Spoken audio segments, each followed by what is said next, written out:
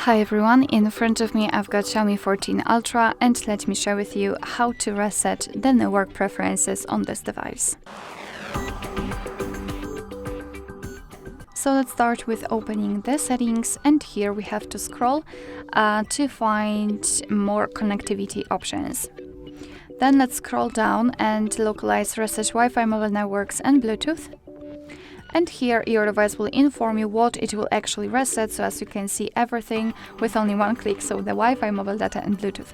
Let's tap on reset settings. Of course we will have to confirm it with the pattern PIN or password and then tap on OK. As you can see, you are not able to undo this action, so be aware about that and confirm it.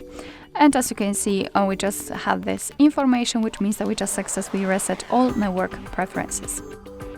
Alright, so that will be all. Thank you so much for watching. I hope that this video was helpful, and if it was, please hit the subscribe button and leave the thumbs up.